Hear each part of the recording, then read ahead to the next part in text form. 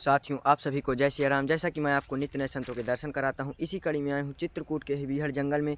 एक बार इन संतों के पास और आ चुका था, लेकिन उनकी थोड़ी सी दिक्कत परेशानी ज़्यादा थी। इस कारण से उनको दोबारा मैं उनके पास आना पड़ा और थोड़ा राशन पानी की व्यवस्था नहीं थी, इस कारण से राशन पानी भी लेकर आए हैं। तो जैसे कि आटा चावल इस तरह के रहता है, तो ये भी हम कहते हैं आपसे कि आप भी दान दक्षिणा ज़रूर किया करिए, ताकि ये रहता है कि देखिए, जैसे अगर किसी के पास है तो उससे आप अपना 10वां 12वां भाग निकाल कर बूंद बूंद से घड़ा भरता है। अगर 10 रुपये का भी आप दान दे रहे हैं, लेकिन सच्चे मन से दीजिए। ये घर में अगर दिक्कत है तो आप बिल्कुल भी ऐसा दान मत दीजिए, लेकिन अगर आप स्वस्थ हैं, अगर आप मतलब हैं देने योग्य, तो आप मतलब थोड़ा थोड़ा अगर देंगे तो संतों की ऐसे में ज़रूर सेवा होती है। और संत तो बीहड़ जंगल में रहते हैं, उनके पास तो लेकिन जल्दी किसी से कहते नहीं कि हमें ये चाहिए हमें वो चाहिए। तो इस तरह से वो अपने तपोभूमि को, अपनी मतलब तपोस्थली इस तरह जंगल बीहड़ जंगलों में बनाते हैं। और हम आपको यहाँ का मतलब नज़ारा भी दिखाएंगे किस तरह। आप मेरे पीछे ही देख सकते हैं, ये मेरा जो पीछा है, कितना बीहड़ जंगल आपको दिख रहा होगा, देख सकते हैं। ये बीहड़ जंगल इधर भी देख सकते हैं, मतलब पूरा बीहड़ जंगल है, चारों तरफ कुछ भी इधर नहीं है। बीहड़ तो साथियों, जैसा कि हम आए एक बार और संतों के पास, इन संत के पास आए थे, और उनका उस समय दिक्कत थोड़ा परेशानी ज़्यादा थी, आटा चावल की व्यवस्था कम थी, राशन पानी में दिक्कत आती थी। इस कारण से हम दोबारा आए हैं उनके पास राशन पानी लेकर। और इस समय हम 2-3 हज़ार का सामान है तो उनको सामान देंगे और उनसे आशीर्वाद लेंगे। तबीयत भी उनकी ख़राब थी, तो हम उनसे ये भी कह रहे हैं कि गुरुजी, जब भी दिक्कत आए, रात में आए या दिन में किसी प्रकार की, तो आप हमारा नंबर लेकर आप हमें फ़ोन कर दीजिएगा, हम आधी रात को आपके पास हाजिर हो जाएंगे। ठीक है, ठीक। तो गुरु साहब प्रथम तो पहले मैं आप आशीर्वाद जाओ, खूब फलो फूलो नौकरी लग जाए। जो गुरुजी जो भेजवा रहे हैं ऐसा राशन पानी, उनको भी कहिए कि उनका खूब बिजनेस चले, खूब उनके बच्चे आनंद रहे, खूब लड़के बच्चों की नौकरी लग जाए। जी गुरुजी। और खुशहाल रहे जी, दिन रात फूले फले। जी जी। ये कहते राम राम सब कोई कहे, दशरथ कहे न कोई। एक बार दशरथ कहे तो कोट जग फल हो। जी गुरु। वो दशरथ नहीं कि रामचंद्र जी के पिताजी हैं। दशरथ हमारे अंदर भी है, दशरथ तुम्हारे अंदर भी। दशरथ कहते दसों इंद्रिया को, अगर दसों इंद्रिया से संत कोई बात कह देता है, भगवान भी काटने वाला नहीं है जी। कहा कि मोर वचन चाहे पड़ जाए फीका जी जी, और संत वचन पत्थर के लीका। अगर संत जो है जी जी दसों इंद्रियों से बात कह देगा जी, तो भगवान नहीं काट सकते, ब्रह्मा विष्णु महेश जी। हाँ जी। तो मतलब दान के विषय में ये तो हम, ये दान जिसने दिया है उसका बहुत कल्याण होगा।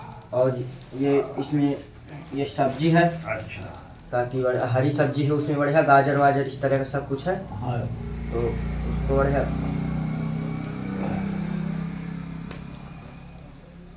वो दिन रात फूलों फलेगा जी गुरुजी। हाँ। और ये चावल है 10 किलो। अच्छा। और उस दिन आपने कहा था एक लोग आ गए थे, तो हमने गुड़ की चाय बनाते हैं, तो मैं इसलिए गुड़ लाया हूँ। हाँ, और ये चाय पत्ती लाया हूँ। हाँ। ताकि आप गुड़ की चाय बढ़िया पीजिए। और ये तेल है। हाँ। और इसमें ये उसका 10 किलो आटा, शुद्ध आटा है। ठीक है, ठीक गुरु जी। हाँ। तो ऐसी ये है, और ये आपकी दक्षिणा। जिसने भी ये भेजा है जी जी, उसका भगवान बहुत बहुत कल्याण का जी जी। तो कहा भी जाता है गुरु जी कि मतलब जो जल बाढ़े नाव में, घर में बाढ़े दाम, और 2 हाथ उलीचिए यही सयानो काम। काम जी। और क्या कहते हैं जी कि परहित सरिस धर्म नहीं भाई, अपर पीड़ा नहीं सम अधिकाई। जी गुरु जी। परहित करना यानी भूखे को खाना खिलाना, प्यासे को पानी पिलाने, इससे बड़ा कोई धर्म नहीं है जी गुरु। और दूसरों को दुख देना जी, इससे बड़ा कोई पाप नहीं है जी गुरु जी।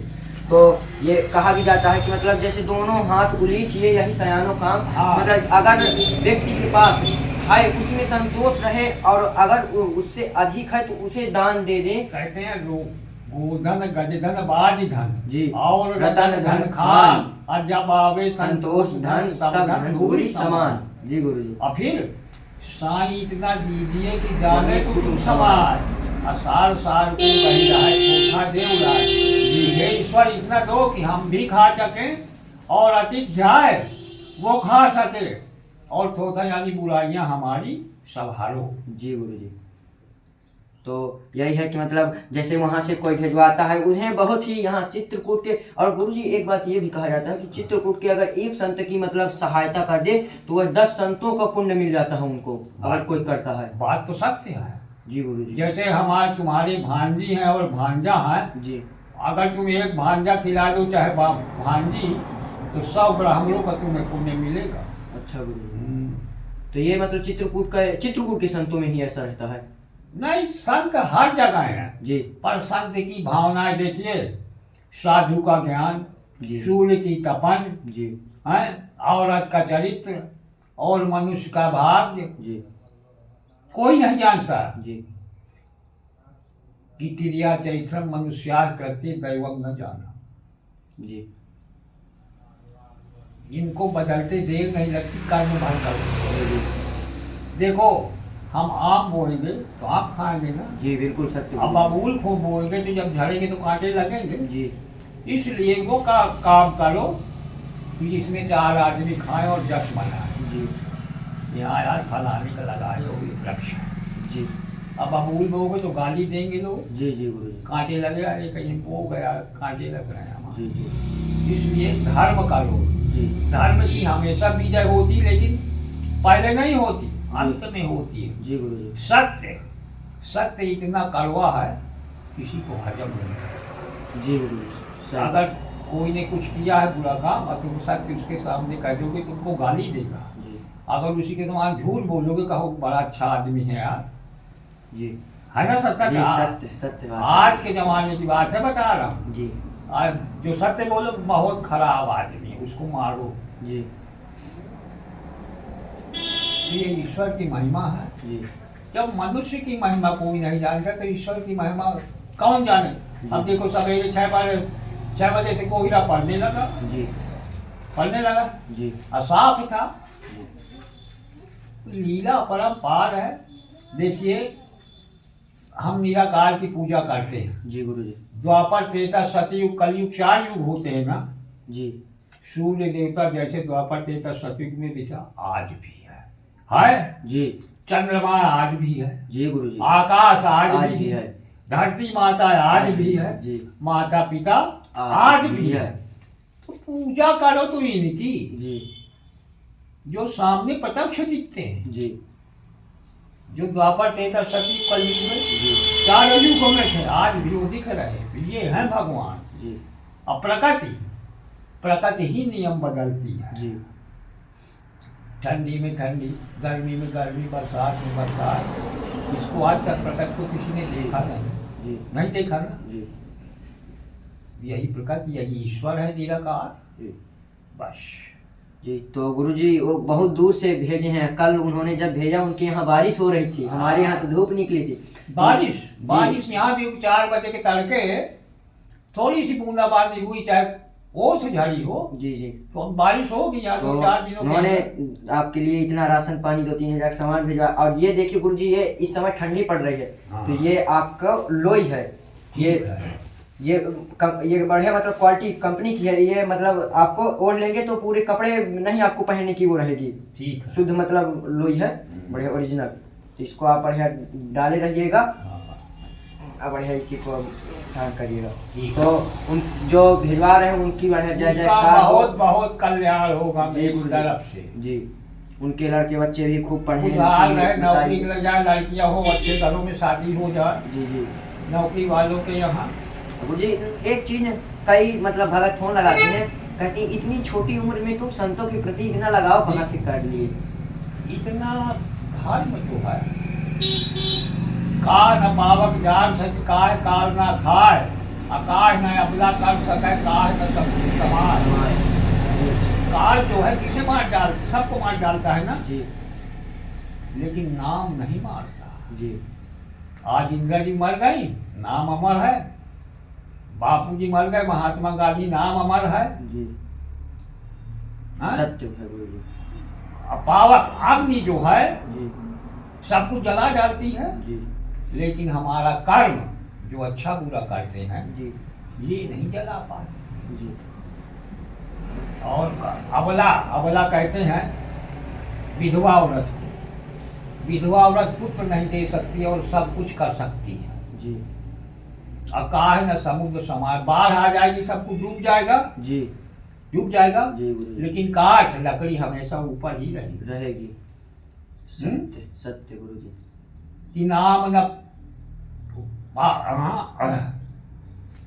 अग्नि न कर, अग्नि न पाप पुण्य जार सक, नाम काल ना खाए, आय बोला न पुत्र दई सकाय, काठ न समुद्र समाय। समाय। जी गुरु जी।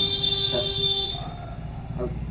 इस दान के बारे में गुरु जी कहा भी जाता है कि संतों को दान करना चाहिए, क्योंकि इतना देखिए इतना बड़ा समुद्र रहता है लेकिन इतना लोग पानी पीते हैं फिर भी मतलब वो खत्म नहीं होता है। कहाँ कहाँ पानी उनका ले जाया जाता है। देखिए जब हनुमान जी लंका गए थे जी तो चौपाई की साधु से हो न कारज हानि। जी कि हनुमान जी ने सोचा मैं ये साधु इतने बचन इतने बड़े राक्षसों की नगरी में कौन रह रहा। जी का राम नाम अंकित टीकांकित पंक्ति लगाया, राम राम कहते भीषण उठे। जी तो उन्होंने सोचा साधु से जो है कार्य की हानि नहीं होती है। जी जी तो कहा था कि अब भा मोहि भरोस हनुमंता, बिन हरि कृपा मिलई नहीं संता। जी नारद देखा विकल जयंता, लाग गया कोमल चित संता। और एक संता है तो मतलब ऐसे देख सकते हैं यहाँ संत अपनी या संतों की गुरु जी अलग ही दुनिया होती है। वो सदैव जंगल का किनारा ही ढूंढते हैं जल्दी, मतलब और कहीं ऐसे नहीं। साधु असली नकली कतली फसली चार प्रकार के होते हैं। साधु चार प्रकार के होते हैं। असली, असली जो होगा अपने जगह बैठे रहेगा जी। नकली जो है उसका वेश बनाएगा जी। कतली कहते हैं जब सबसे अच्छे सबसे बढ़िया साधुओं का भी, जब उसकी बचत नहीं होती तब वो साधु बनता है। अब फसली साधु ऐसे होते हैं, अब जैसे चना की फसल हुई, ज्वार बाजरा हुआ, चांगा झोड़ी चल दिया। जी चार प्रकार के संत होते हैं। जी जी गुरु जी। तो ऐसे देखिए बताएं संतों के बारे में बता रहे हैं कि ऐसे ऐसे हैं। तो गुरु जी आपका संत जीवन कितने साल से? मेरे तो देखिए मैं बताऊं सब मैं नहीं मानते, मैं जवान था, पर मुझे मालूम नहीं था कि ये किस लिए दाढ़ी में नहीं बनवा पा रहा हूँ। लेकिन गीता में लिखा कि जो पुराने जन्म में रह जाता है इस जन्म में करना पड़ता है। तो उस जन्म की मेरी शायद तपस्या रह गई थी अधूरी, आज जंगल निकलना पड़ा। तो हैं तो आप एक संत, जो संतों का पूरा वेश, संतों की जैसे रहन सहन, संतों के जैसे आपको ज्ञान, मतलब एक संत ही ऐसे जीवन व्यतीत हो रहा है। लेकिन मुझे जो है इतनी संतुष्टि रहती है यहाँ, ये स्वर्ग नगरी है। यहाँ की जैसे सुख शांति किसी तीर्थ स्थान में नहीं है। जो हमारे चित्रकूट में है वो किसी स्थान में नहीं है। जी सत्य। तो गुरु जी अभी इस समय तबीयत आपकी कैसी है? अब ठीक है थोड़ी। अब जैसे जैसे धूप निकलेगी ना तो मैं स्वस्थ हो जाऊंगा। जी। दवा आज भी लाया हूँ अस्पताल से। अच्छा, तो कितने की दवा लाए? नहीं, सरकारी अस्पताल। सरकारी अस्पताल से। हाँ, जो बात अगर मतलब कुछ दवा हुआ अगर प्राइवेट से या कहीं से ले, अगर ना हो श्वास की दवा लाना। अच्छा, कमजोरी आ गई है मुझे। अच्छा, कमजोरी। श्वास ठीक हो गई तो माना मैं ठीक हो गया। अच्छा, तो मैं श्वास की दवा ले आना है। हाँ। और वो कमजोरी आ गई तो कमजोरी का एक सिरप कुछ ऐसा ले आना। तो संत जी का थोड़ा सी और मदद करना है हमको, तो कमजोरी का एक सिरप लाना है और श्वास की दवा, ये सब